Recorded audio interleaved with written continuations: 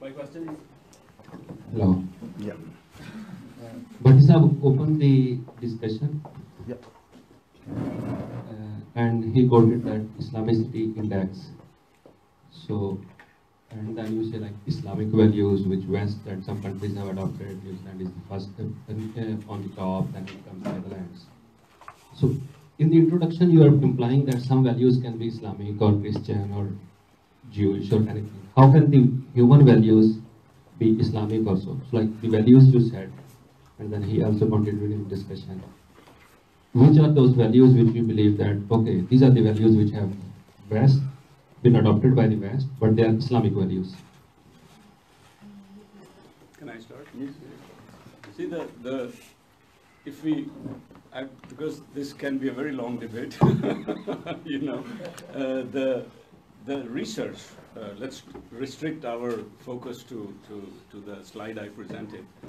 I think to be very frank, the values we talk about, they are very universal values. They are human values. And if you look at most of those values, they are really, you can find them back in every country, in every religion. I mean, there should be no corruption, you shouldn't use violence, you should be democratic, you should protect minorities, you should respect elders. And I mean, if you take up all this list, this is something which is, there is no society in the world which says, disobey your elders, which says, don't protect the weak. I mean, so they are all universal values. And I deliberately did not use that slide, which was, which was not this one, this one.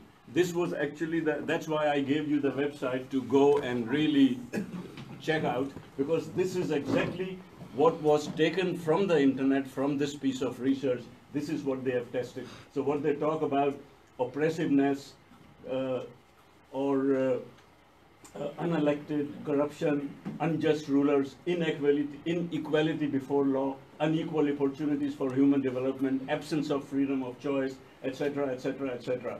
And this institute actually went to lots of Muslim scholars, Muslim universities and countries, and corroborated with them that, do you agree that these values you consider to be Islamic values? And they all approved, more or less, saying, yeah, these are the values we think are associated with, or we associate with Islam.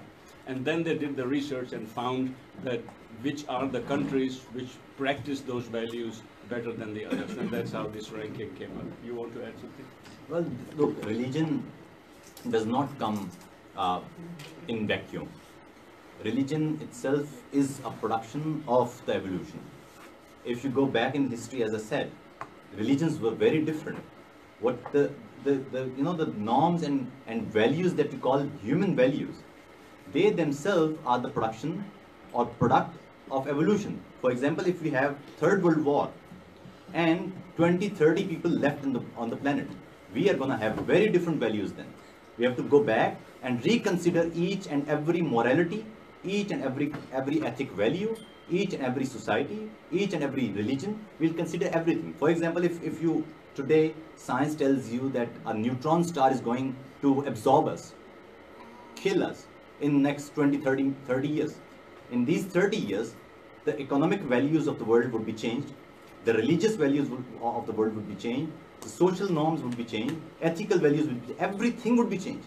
So whatever Islam said, or whatever Christianity said, it's not out of the box. It's not produced in vacuum. It has a baggage of humanity.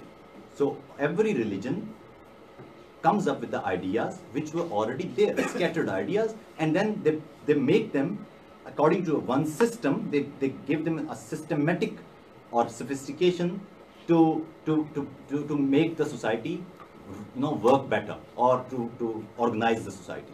So I don't say that I would not say that this is Islamic value which is unique. Every Islamic value has a baggage of the humanity as well.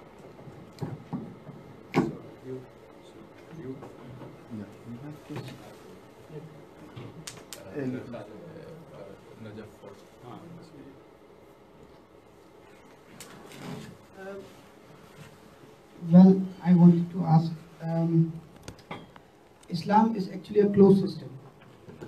It claims on absolute truth. And democracy asks, talk. Democracy asks, demands freedom of speech. So I think democratic values and a closed system that was evolved 1400 years ago does not go together easily. So what do you think about it? Christianity is a very closed system too. Christianity is a very closed system. If you go back, as I said, in 14th, 15th century, you'll see that Christianity was a very closed system. What happened then? Reforms took place. And in this reform process, you found the space to separate the church and the politics, or church and the state. And then it formed a place which you call a democratic society. That's what I'm saying. Any system. Look, if we are living in a world of very complex ideas and ideologies. We need to understand one thing: whether we want to live in a world of ideas or whether we want to live in the world of ideologies. If there is an ideology, every ideology is a closed ideology. Even atheism, when it becomes ism, feminism, Marxism, any idea, when it becomes ism, it is closed. It is a belief then. It has no space for further questioning. If you go and you start democratizing, then there would be a problem. Democracy is a democracy because it's an idea, it has a space. It is not ideology. Religions are ideologies. Unless you don't form a reform process within, according to the time, you don't see any space for any development or evolution. So there's a without mic, because mic is a bit, my voice is so. Okay, you have a great voice. Okay, now it's okay. My question is very simple. It's about it's working. Hello. Okay. Yeah. So it's about the ground law of Pakistan. Because mostly we are from Pakistan, majority.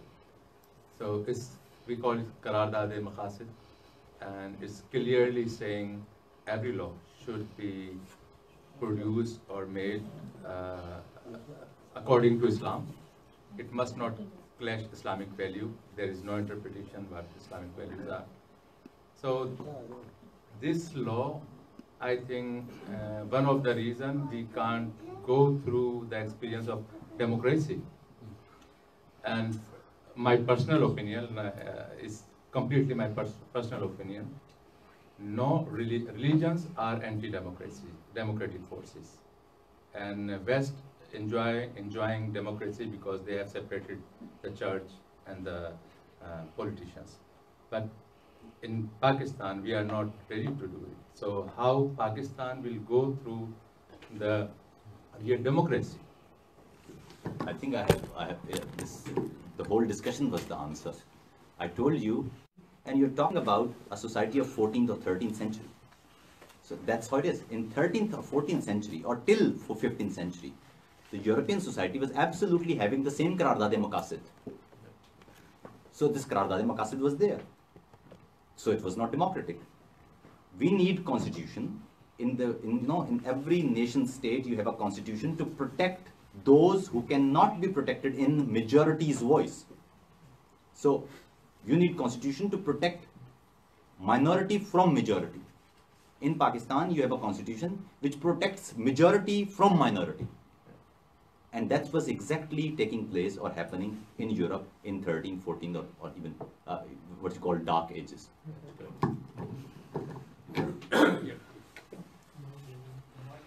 Yeah.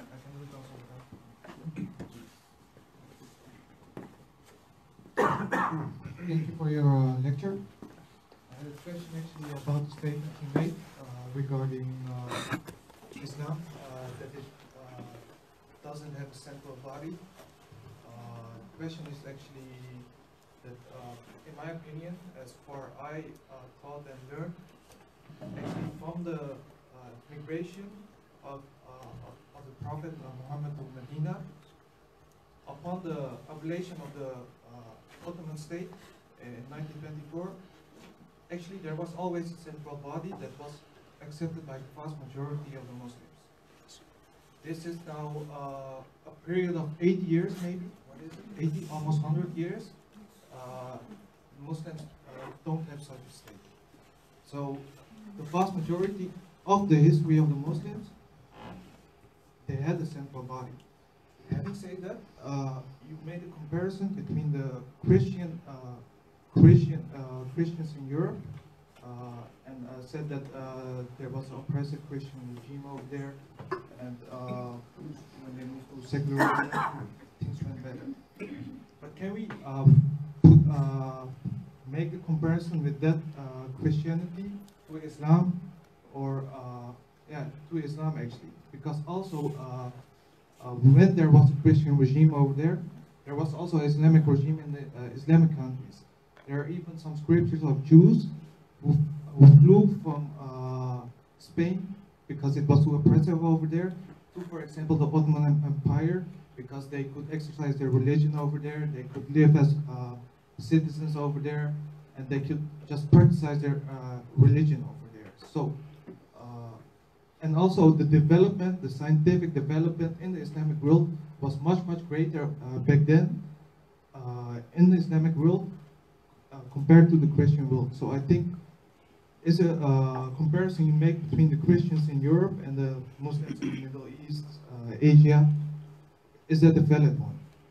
And and the last question actually isn't democracy how we have it as it is now a product of ideology, namely capitalism. Sorry, the second question is? Is democracy a product of capitalism? I think, in my opinion, democracy everywhere we see in the world nowadays is just a product of capitalism.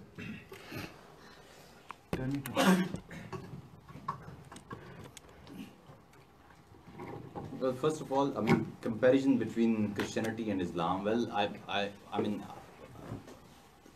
I think number one, whether it's Islam or Judaism or Hinduism or Buddhism, if you just look at their belief system and the believers, they have absolutely the same claim that we are the absolute right.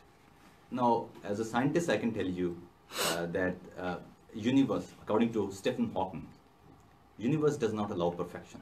It's against the natural law. It's against the law of nature. Nothing should be perfect. Even two cups, they're not absolutely the same. They're 99.9% the same. So, first of all, this claim of absolutism has a problem. Number one is, and you said that in Islam we always had a central authority. You mean, I mean, caliphs. Well, if you call Umayyads or Abbasis or Ottomans, the absolute what is called recognized by all Muslims a central body, I don't think so, because there was always a problem. I mean, Umayyads almost have this 800 years, and there was always a conflict. Nobody, I mean, well, I don't know. Yazid was once upon a time a caliph. I don't know whether you call it the central, central body of Islam, an absolute central body who has a right to interpret Islam in the way and everybody has to accept it. Well, I don't know. Maybe it's a good claim, but I don't think so. People would be agreed upon, by that. For example, Amir Muawiyah, he was once upon a time a caliph too. I don't know whether all Muslims would believe that he was, he has the authority to interpret the religion and he's a central body. I don't know. I have a question. Similarly, for example, Abbasis. I personally don't think that everybody believes that they are all Muslims believe. Faith, according to faith of Islam, there is no central body. The intention was not to make a claim that a certain individual figure should have the authority or not. I didn't say they were in power. Yeah, in the power it's different. I mean, I did not say. Look, Pope was not the government. It was state within the state. Okay, it was a religious body having total control over religious claims. In Islam, we don't have this system. We don't have a religious body interpreting absolute right of, having absolute right of interpretation in Islam. I don't think so. I think Islam is otherwise. Islam does not give such authority to one person or one single body to interpret Quran or Hadith in his or her manner. I don't think so. This won't work. As long as you said that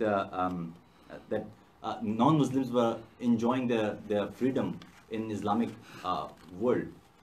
Well, I would say that you need to go back to history again. I mean, you need to understand why Genghis Khan attacked Baghdad, why he came there, and why he finished all the books, why he burned the libraries. There was a story behind that, which normally we don't tell our kids. Similarly, we need to ask ourselves some very tough questions.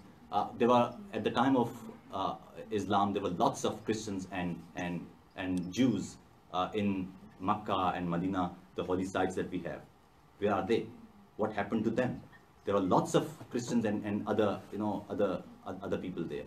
So I think, yes, it's good. If you're claiming that, it's wonderful that in Muslim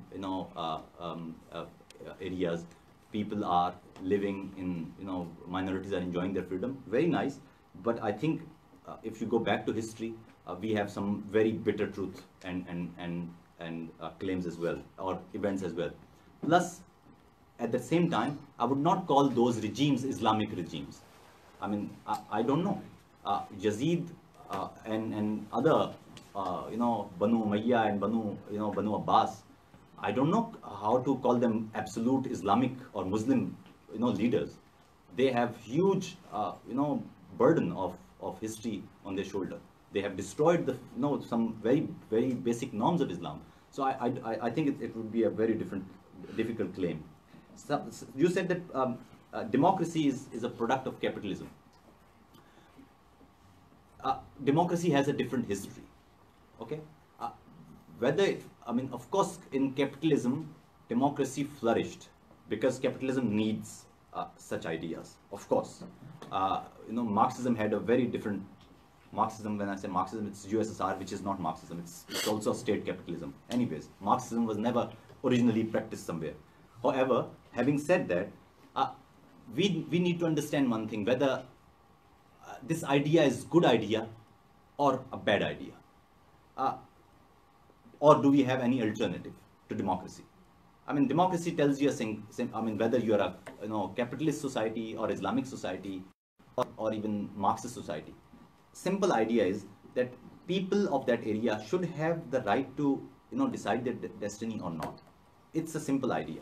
You can reshape the democracy according to your own climate. Of course, I mean, this is simple.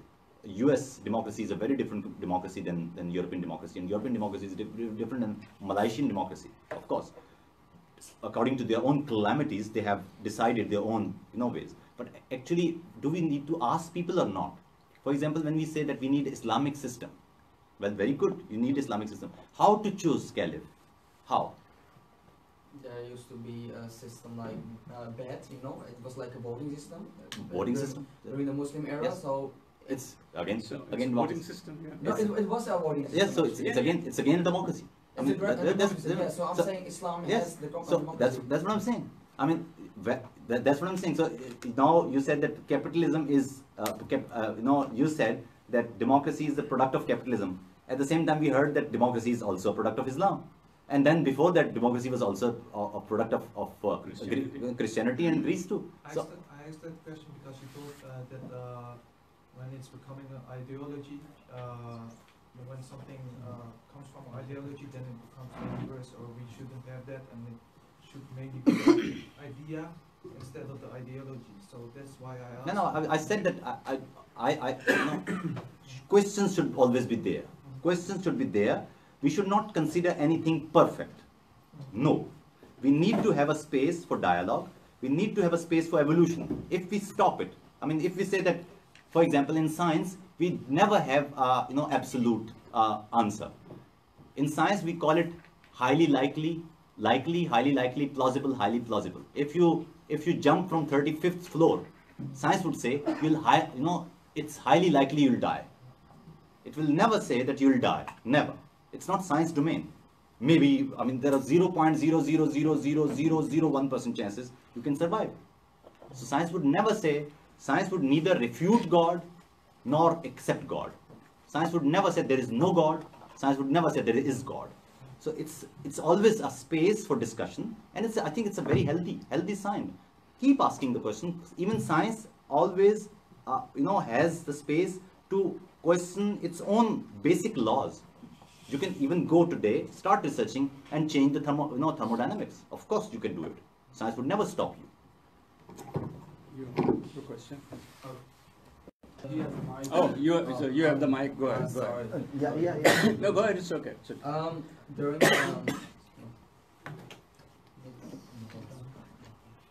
no? Yes. No. Not working. We can hear you. Okay, you can hear me. Okay. During your monologue, you were talking about development of European Christianity, about literal and symbolical, but you never spoke about the Islamic development, and that was my first question, because after the Reformation of Martin Luther, we saw in Christianity the exegesis books coming out, between literal and symbolical. That's my first question. So what's your opinion about that? And the second question I have is, we have seen democracy making its way to the Middle East, in Baghdad, Iraq. And as far as I have seen, democracy and Islamic countries do not work well, because you have seen the Islamic State, you have seen the cruel actions against the Kurds, against non-believers of Islam, against the Shiites. So I was curious about, okay, democracy, okay, but what about current Muslim countries and democracy? That's my question. Thank you. That's why I said, this democracy evolved into constitutional democracy. In constitutional democracies, first of all, you need to have a document which should be kind of a, according to the nation's term, a sacred document, a holy document. For example, Americans treat their constitution as a very holy book. I mean, they take it very, very important. Seriously. And you should understand that this is a common document, binding the whole nation, no matter your color, creed, or race, or whatever. So bind people together. If you have such document, and if this document is being implemented clearly, then you'll see a very different, Muslim societies.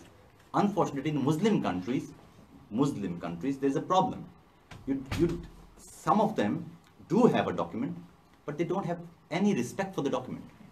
They don't, for example, in Pakistan, if you go and ask the constitution, they will say it's just a piece of paper. I mean, it's not important. It's just a paper. Most of the time we hear the word, national security is important, not the constitution of Pakistan. All dictators, they did, and all, our supreme courts, they legitimize these acts, breaching the constitution, cancelling and violating the constitution, suspending the constitution for years. And what was that? Because state is important. So state is important. That's why constitution was not important. So that's why this idea evolved in the nation that this piece of paper is not important. So always remember that a nation is like bricks, a wall of bricks, and constitution is like a cement.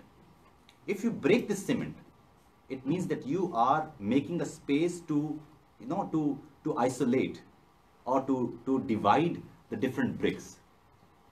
And that's how it is. That's how it is working.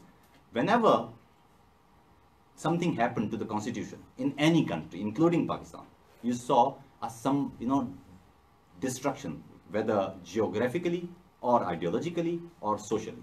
So constitution should be protected. Now, problem with the Pakistani constitution is particularly that it does not actually bind all communities of this nation. Pakistan is not only based upon Muslims. There are people living there for centuries. For example, Sindh, Hindus.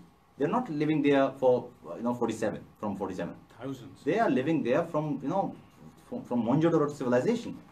They are very old people. Now, what happened after 47? We said that you're not good Sindhis, we are better Sindhis because we are Muslims. So this is our area, not yours. And this is not nice for the people. And now those Sindhis who left Pakistan migrated to India. India calls them Pakistanis, and we call them Hindu. So they are sitting there for 35, 40 years even, working, breaking the stones, and neither India nor Pakistan owns them. So this is not nice. Unless you don't follow the constitution, and unless constitution does not bind the whole nation together, including all units of the nation, I don't see a peaceful society, a stable society. Your second thing is, yes, your second thing is symbolism in Islam.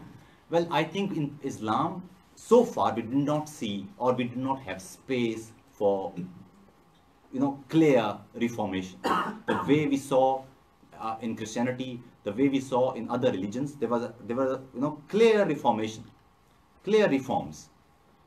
Unfortunately, Muslim society so far is not ready for that. It's so unfortunate, but that's how it is. If you come up and you say this, I don't see that you are going to have a different fate than Martin Luther or other reformists in Christian regime time. We saw that these people who talked about very simple things. I mean, I am German, I have a right to read Bible in German. Was that a bad idea? It was a demand. This demand was so too much for the Pope. So I think Muslim society, first of all, you need proper education. We need education with the reasoning and question. We need to develop the knowledge societies. And therefore, once we have there, then we'll start having discussions. In Muslim societies, normally we don't have space for serious discussions on serious topics, because immediately you find yourself so isolated socially, economically, and politically if you just talk about the serious reforms within Islamic structure. I think you covered it. Yeah. Next question. Oh, you had said you. Yeah, sure. First of all, thank you for the lecture. I appreciate your statement regarding speaking and thinking about rational evidence in the critical discourse. But I had this question in my mind, and it is, why are we limiting ourselves to democracy? I mean, the system of democracy is old. It's from 500 years before Christus. It has flaws. While we saw a better and more reformed system coming after, being the Islam itself. So why are we limiting ourselves to this framework of democracy, while Islam brought something new, an entirely new system with its own governance, its own rules, its own systems, being a complete way of life, instead of just being a spiritual religion which the Christians were living their faith by in Europe? Well, you're talking about law, you're talking about system. I mean, if you're talking about law, well, it's okay, but the problem is how to for example, how to form a government. Yeah. How? Who has a right to form the government? Please explain. Because when we look at Islam, we see that Islam. No, we want to change. I mean, okay, we want to select, or we want to elect a caliph. Yeah. What to do now? First of all, what we need to do for a caliph or an Islamic system is we will need people to have Islamic thoughts. Who will choose this? Who will decide this? As in? Who will decide this? That this is a person who has Islamic thought. Now, let us say, now we are in Pakistan. We want to establish a caliph. Yeah. So what to do? The next step would be we need to look at people. Are the people ready for? Who will look? The Muslims, being the groups. Which groups? Being the Islamic groups. Or Who will decide how they will get the authority? Who will give them the authority? How? The authority needs to be taken By whom? in that sense, by people in power. The people in power. Islam, yeah, we know in the system, in Islam we have the system. Oh, should I speak more? Yeah. So when we look at Islam, we see the system of Hilb al-Aqd, which is the people of power. Yeah, it's working. It's working, sir. We can hear you, no problem. So when we look at Islam, Islam isn't just a religion or just a thought or an idea. It's rather an entire system. So it tells us everything about life. It tells us how to walk. This is wonderful. My question is Yeah, simple. yeah, How you will elect? I'm working towards my point. Okay. Yeah. So Islam is a religion or an ideology which states everything of man and his actions, being how to go to the toilet, how to run a state, everything. So when we look at Islam and its evidences it brings forth of bringing a new system, it shows us what the steps are, and it That's right. asks the same steps which were taken by the Prophet Muhammad, peace and blessing be upon him. He went to the people, the tribes, and the leaders of the tribes, and he said to them, "Do you give me your power?" And when we look at these steps he took, we can actually take these same steps, so we can get a new type. He was a of prophet. Who is the prophet now? Prophet Muhammad. No, who is now prophet? There's no prophet, right? There's no prophet. So who will go? The people who the prophet appointed to do Who- so, being the who- Muslims, because the Muslims are burdened with the task of the prophet. I mean, we are not getting your point. Now, simple. I mean, right now, Yeah. you want to establish a caliphate. Now, problem is, which body has a right? Who gave this body right? How this body would be formed to find the, what is the process? Yeah. Whether you'll ask people or not. If you'll ask people, it's democracy. Yeah. No, and I think that's a wrong comparison. As in, we can say, I just heard someone saying, yeah, Islam knows the system of democracy as well. Well, we know the system of shura. Okay, who will appoint the shura? The shura Hmm. is, before we go to that point, the shura is something else. We can say just because in Islam we have a system of choosing, it is same as democracy, because we need to look at the definitions of things. Like, what is the definition of democracy? And democracy, it contains the point that the people, they have the authority to rule, to make No. rules. Shura, you said shura. How you will appoint the shura? The shura is appointed once there is an entire system. So what I'm saying is we should go for a new type of revolution, like the Westerners had in Europe, the Renaissance. We should go for a new Renaissance. Just like they enjoyed one, we enjoy a new Renaissance with Islam.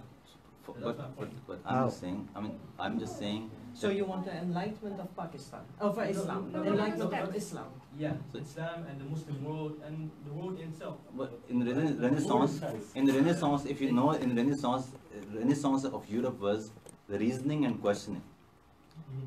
So if you're saying that in Islamic world we need reasoning and questioning, it's wonderful idea. We should, Absolutely. yeah. Good. We should. Yeah. We should. Yeah. I think we have to move on because it's becoming one-on-one discussion. I have to, no, let's have others. I will come back to you. I'll come back to you. Let's give other also. I will come back to you. It is not clear actually, because you didn't answer his question. What was the question? The question was, I don't know, the question was more like There was no they question. were- Okay, I thought the question was Yeah. what's your opinion about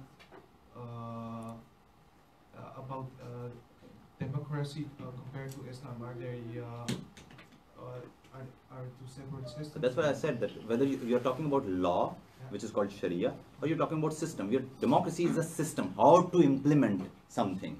I think question is not clear. The question was, the gentleman said that Islam is a separate, complete system. Okay, that's what I was asking. Just like democracy, it can be capitalist or Marxist, whatsoever. So, the gentleman claims that these are two separate systems.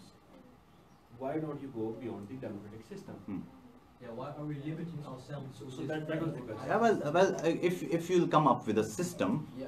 you'll get the space. I mean, it's simple. I mean, if you have a better system than democracy, I mean, of course, I mean, this universe is survival for fittest. You know, it's a base. This universe is based upon a simple principle. It's survival for fittest. Yeah.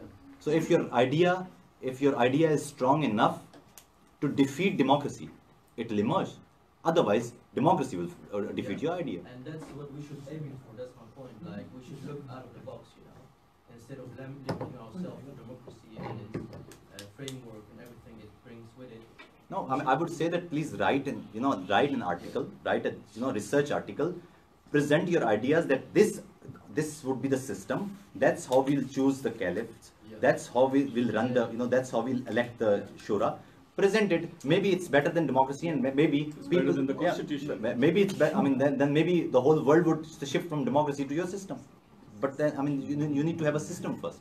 You're claiming that I have a system, and you don't know how to elect the shura. You don't know how to elect the. I mean, you need to know how you'll execute that. At that time, our first caliph was appointed by the prophet. Second caliph was appointed by the first caliph. Third caliph. Sorry. First, as far as I know, but the First caliph was not appointed by the Prophet. No, Yeah, first caliph yeah, it was. First caliph was appointed by. First caliph was appointed because he was, he led the prayers. Yeah. That's why we consider him first. there were 6 people among. No, but that's third. That's third. Guys, That's third. I'm sorry, I have to interrupt because this is becoming an endless debate now. No, because there is no end to it. The gentleman asked a question, and I think the question has been addressed. And but I think the question has been addressed, which is very, very, very clear, that even democracy, and you are absolutely right, it's not perfect. No system is perfect, and as Atif pointed out, that everything is evolution. And if you look at democracy today is not exactly the same democracy just 20 years ago, 25 years ago. And it's not the same in every country. Every country have their own form of democracy. Absolutely. Malaysia has a democracy mentioned, America has a democracy, Pakistan has a democracy, Israel has a democracy. But we see that how that democracy is misused or misrepresented by the people who own exactly the relations of production. And this is how this works. And if it always happens when the existing system cannot cope with the development of the society breaks it down and throws it away and comes up with the new ideas. Absolutely. And if you believe that the existing democratic system is obsolete, it is no more valid, and you have a better alternative, put it to the world, and I think world would be grateful to you. Absolutely. It will be grateful to you, saying, thank you very much, you have thrown out an obsolete system and given us a better system. But here comes the problem. Like you believe that our faith is the absolute truth, every other faith believes their faith is the absolute truth, and it should be implemented. Then we will be looking at some very, very bad religious wars among different religious people. So let's move to that lady. I'm sorry. Oh yeah, you are. Yeah. You were just talking about survival of the fittest, and I think that is the main difference between us and animals, is that we don't work with survival of the fittest, but what you already said, I really like that the main aim of the Constitution, or the most important thing, is that it protects minorities from majorities instead of the other way around. So doesn't democracy have the same risk of going wrong? Because democracy is rule of the majority over the minority, so we see that with populism coming up. So we have here a discussion about is democracy better or is Islamic rule better, but even if it's monarchy or Islamic rule or whatever, isn't it just about how you implement it as people, rather than to say that democracy is the ultimate system? Yeah, look, altruism has very long roots in our civilization's evolution as well. I mean, if you go back to Homo erectus, you'll see at that time, even on that level, altruism exists. We take care of others. So yes, it's true. I mean, no matter what system is implemented. Here we had the topic democracy. That's why we focus on democracy. Whatever system is, we need to see whether it is this idea, as I said, this idea is able enough to organize the society and to meet the the challenges of society or not. If it works, it works. Of course, there's no. Even Islamic or a Whatever. monarchy. Yeah. Whatever. It's you had some there. Yeah. You had I just wanted to actually just say that. I just wanted to actually say that I think the problem with the Muslim world is that from day one, so literally day one, since the day of the death of the Prophet, there has been a conflict on how to choose the caliph or the leader or the president or whatever you would like to call it. So on that very day, the Muslims of that time were divided. So saying that Islam gives you a system, I think it is not a true definition. It gives you the laws, but unfortunately, it does not give you the system on how to be able to select the leadership that would actually be responsible for implementing that law in the society. So if you go to different sects of Islam, everybody has a different interpretation of what should have happened on that particular day. So I don't think you can say that Islam gives you a system. Unfortunately, that is the case. Because how do you, again, this absolute truth, it falls apart on even that particular day, because already the Muslims of that time, which are of course, let's say, much more learned and better equipped to answer that question than we are these many years later, already that community fell apart on that particular day. So we cannot talk about, if you talk about the main division of Islam, that was okay, you talk about Karbala, but that's not true actually. The main division of Islam actually happened on that day already. So yeah, that's the problem, because you want to, if you say that I want to develop anybody in the Muslim world, they want to have a system as an example that works. We do not have that example, and that's true. Yeah. I just want to say one thing.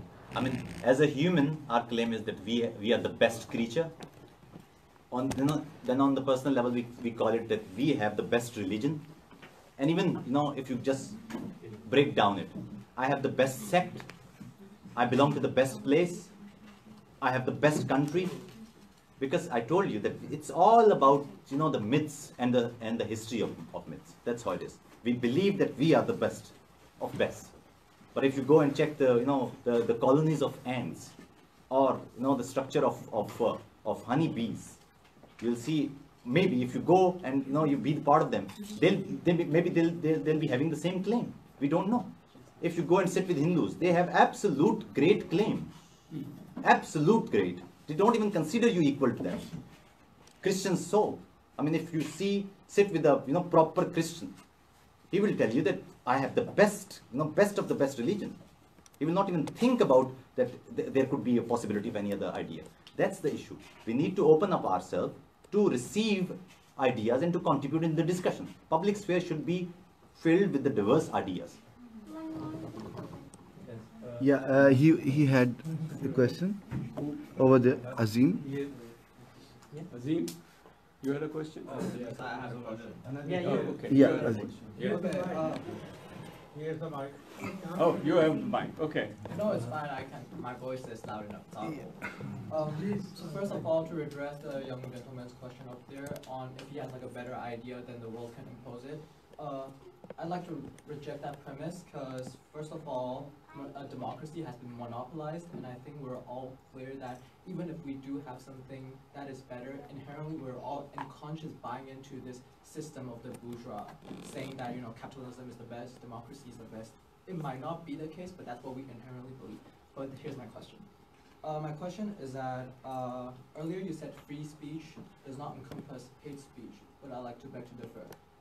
Because if we put limits on what hate speech is, first of all, I agree that free speech should not involve anything that incites violence against other people, race. Like for example, we should not call out there's a fire in a movie theater.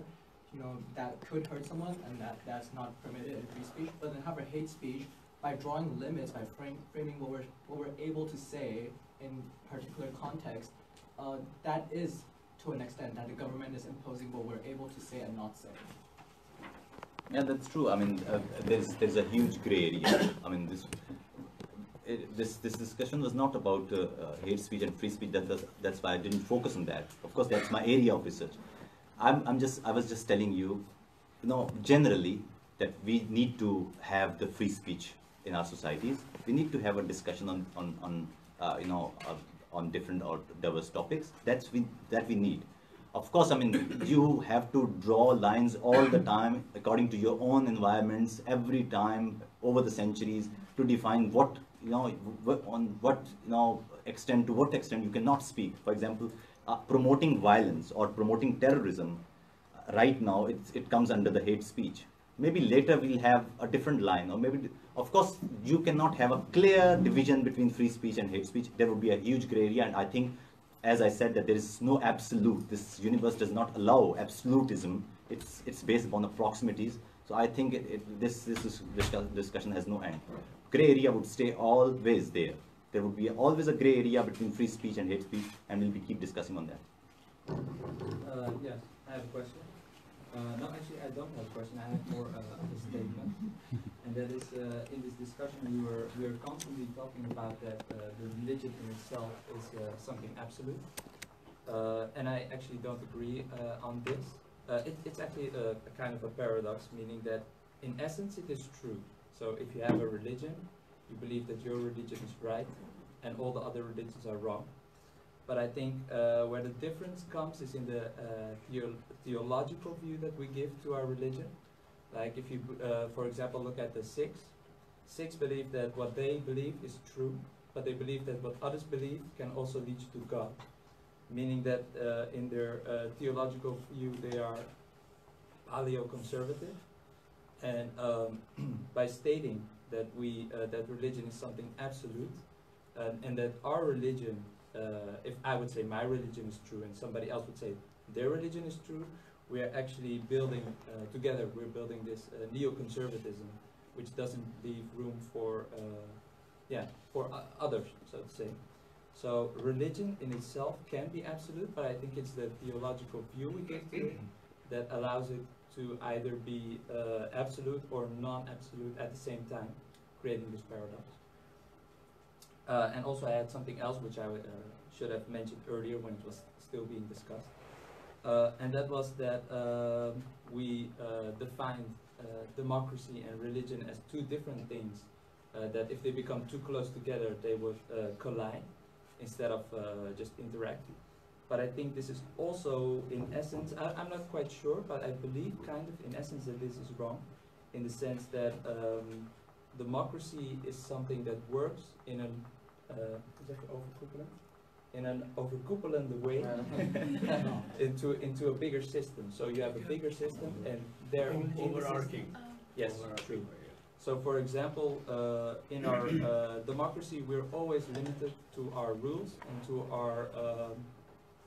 our values, and these values could also be Islamic values. We could have, we could say like, the majority chooses as long as it doesn't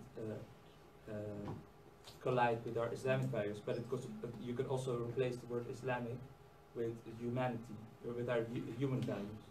So in that essence, I also don't think it's really something that you can say that if they come together too much, they would collide.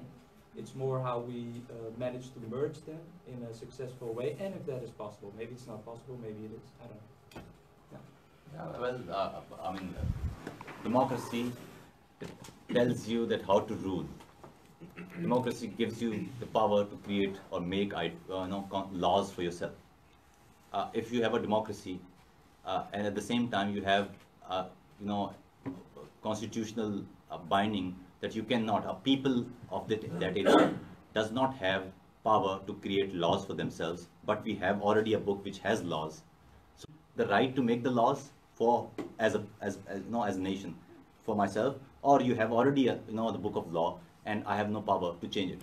So I think this is the discussion that we were talking about. If I may just add, I like your statement, should have been sitting here, because I agree with what you said, except with one point, which is the collision. And I think you saw in one of the slides that this collision actually starts happening, or the process kicks in once a state has a religion, and you start imposing the values you think are right for everyone as an individual, as a state, as a superstructure.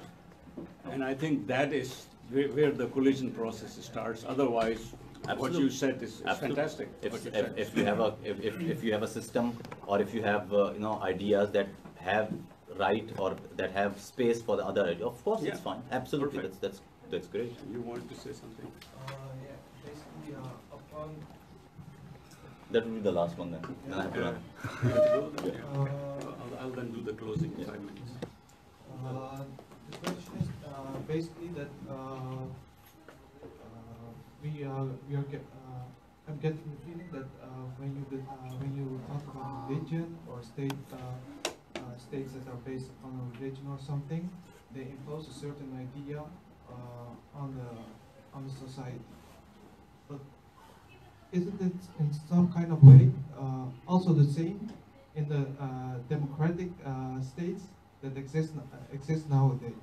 For example, if we use over here the Netherlands as an example, the IFD, the inlichtingendienst, the intelligence agencies of the Netherlands have like their own definitions of radicalism and extremism.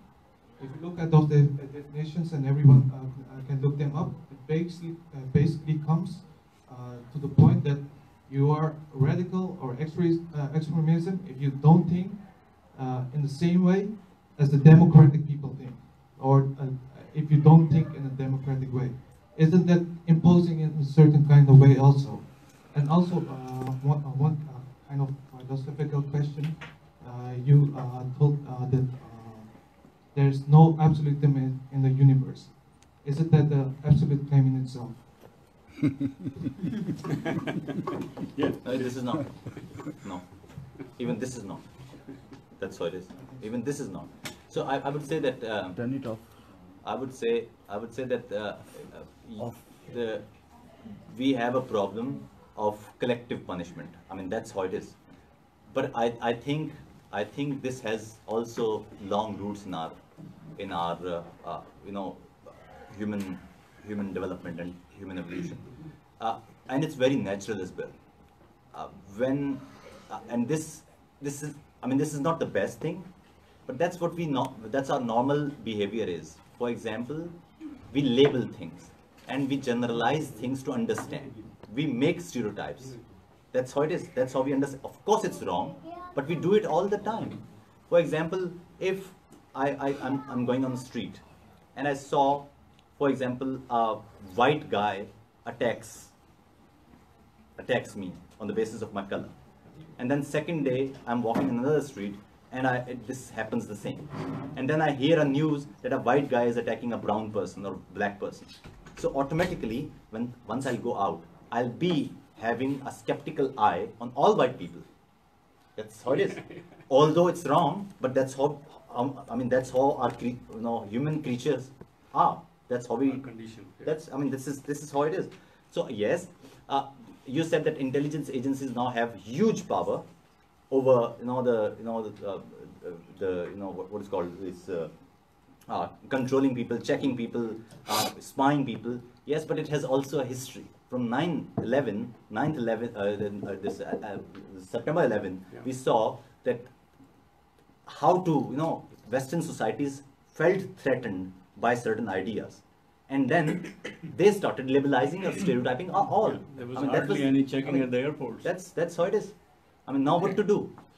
We need to understand. We have a point. Yes, they should not treat everybody the same, but at the same time, their point of view is what to do then. It's like the same. White person is attacking me. Second day it happened the same, and third day it happened the same. On TV I'm seeing the same. End result would be that I'll be skeptical about all the white people. Okay, thank you. Let's go to the last part, and let me summarize some of the thoughts. I think our basic question, and thank you for all these questions and very lively. First of all, very lively discussion. Yes. This is precisely what we want on this platform. These kinds of ideas, and let's please continue debating about these issues and keep open minds. And I always keep on saying that minds are like parachutes; they work best when they are open. So keep them open. Versus Islam, maybe at times it sounds like this, but it's absolutely not, and there is no intention to do that. I think our point of view and listening to all this, yes, they can coexist. It's not either Islam, either a religion or a democracy, whatever flaws democracy has and whatever we think about religions. But they can coexist, and they do in most of the societies. You saw the map with the blue, where state had no religion. They are all democratic. It's Islamic Democratic Republic of Iran, and it's also Islamic Democratic Republic of Pakistan, and they have no similarities, or very little similarities. The conflict starts, as I said, when the state has a religion. And this is where, when this whole thing starts. I give you a couple of examples. If you look at Canada, Canada now has 5 ministers which are non-Muslims. Oh, sorry, non-Christians. 2 are Muslims, 2 are Sikhs. And I have the names here, Navdeep Singh and Singh Sajjan, Mariam, Bardish. In the UK, we have Sadiq Khan. He is the Mayor of London. Then we have Sajid Javed, he's Interior Minister. Now tell me honestly, look deep into your heart, if a state has a religion, like Pakistan has a state religion, could you ever in your wildest dream envisage that Karachi, Rawalpindi, Islamabad or Lahore had a Hindu mayor? No. Can you imagine that our Interior Minister is a Christian? Ahmadi? Anyone. I mean, Imran Khan tried to appoint an advisor, economic advisor, not even a minister, just an advisor based on his credentials, and see what happened. So this is what happens. And we are proud that Ahmed Markouch is the mayor of Arnhem. He's a Muslim. We are very proud that the mayor of Rotterdam is Abu Talib. He's a Muslim. Can this ever happen if Netherlands had a state religion? It will not happen. So both sides have flaws and openings and advantages and disadvantages, but think along these lines. I mean, look at India. India had 4 or 5 Muslim presidents. Can this ever happen in Pakistan? Can this ever happen in Iran? Can this ever happen in Israel that a president is Muslim? No, because Israel is a Jewish state. They call themselves a Jewish. They will never replace Netanyahu with Yasser Arafat or for that matter anyone else. But India had Zakir Hussain, the first president, Muhammad Hidayatullah, second president, Fakhruddin, and then a Sikh, Zail Singh. He was also president of India. Can this ever happen in Pakistan, in Iran, in countries? And here I add, when Pakistan was not the Islamic Republic. Exactly. In 1947. We had that. So we had the Hindu law minister, and we had the Ahmadi foreign minister. Chief Justice, Christian. Yeah, Chief Justice. Yeah. So this is, think about this. So equal rights for all religious groups can only exist in practice if a state doesn't interfere. I mean, like Atif said, it's faith. I have a faith, you have a faith, you have a faith, and we all have to answer for our deeds. One day, sooner or later, we will be standing there. I don't have to stand up for his deeds. His faith was good, bad, or right, or wrong, or left, or right. No, and he doesn't have to stand there and answer for mine. But we can live together on this earth, and we can share certain values on this earth. No, sorry, I have to close this. So this power, the powerful light, so powerful is the light of unity that it can illuminate the whole world. I mean, if we put these differences on a side, we keep on debating about them, because I and OPP, we really believe in the goodness of human beings. I think every human being, how rotten he is, has something somewhere, a spark of goodness hidden in that person. And I think sooner or later, love is always stronger than the hate. Absolutely. Yeah. And the sanity is always better than insanity. And the unity will always overcome division. So let's work on those lines. And I think coming to that end, this is absolutely last. I think this event, today's program, will not be complete if we don't hear a poem from Atif. Because he, in the first place, he is a poet. So there is one of his wonderful shares. तुम्हारा शहर कहीं इश्क तो नहीं है मियाँ जो अपने साथ मसावात तक को खा गया है. It's a wonderful share, and I would love to hear a poem from you. Your favorite? I would just read a poem which is, Oops. Again. Okay, there's a poem. मैं आपको अपनी नज़र सुना रहा हूँ. उसका नाम है गुस्ताख. Disobedient. So, जबीने गुस्ताख पर लिखा है, जबीने गुस्ताख पर लिखा है, मैं मोतबर हूँ. जबीने गुस्ताख पर लिखा है, मैं जिसे तजस्सुस पुकारते हैं. जबीने गुस्ताख पर लिखा है, मैं मोतबर हूँ. मैं अपनी फितरत की उस वदीयत का मारा इंसान جسے تجسس پکارتے ہیں.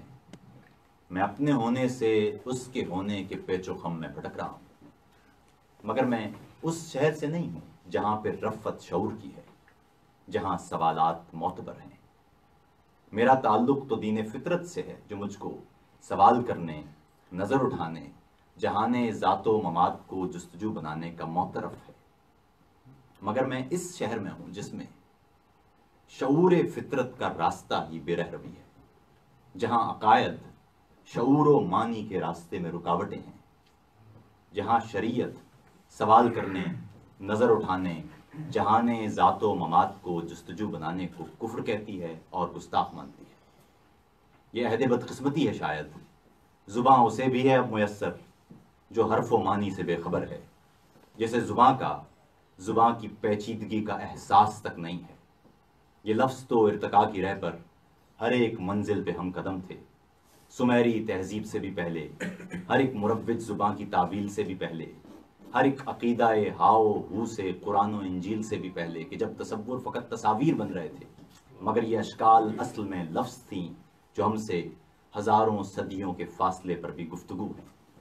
یہ عہد بدقسمتی ہے شاید کہ اب تصاویر بھی گناہ ہیں. میں سوچتا ہوں اگر یہی شہر تب بھی ہوتا، یہی عقائد وہاں بھی ہوتے، تو آج تاریخ گونگی ہوتی.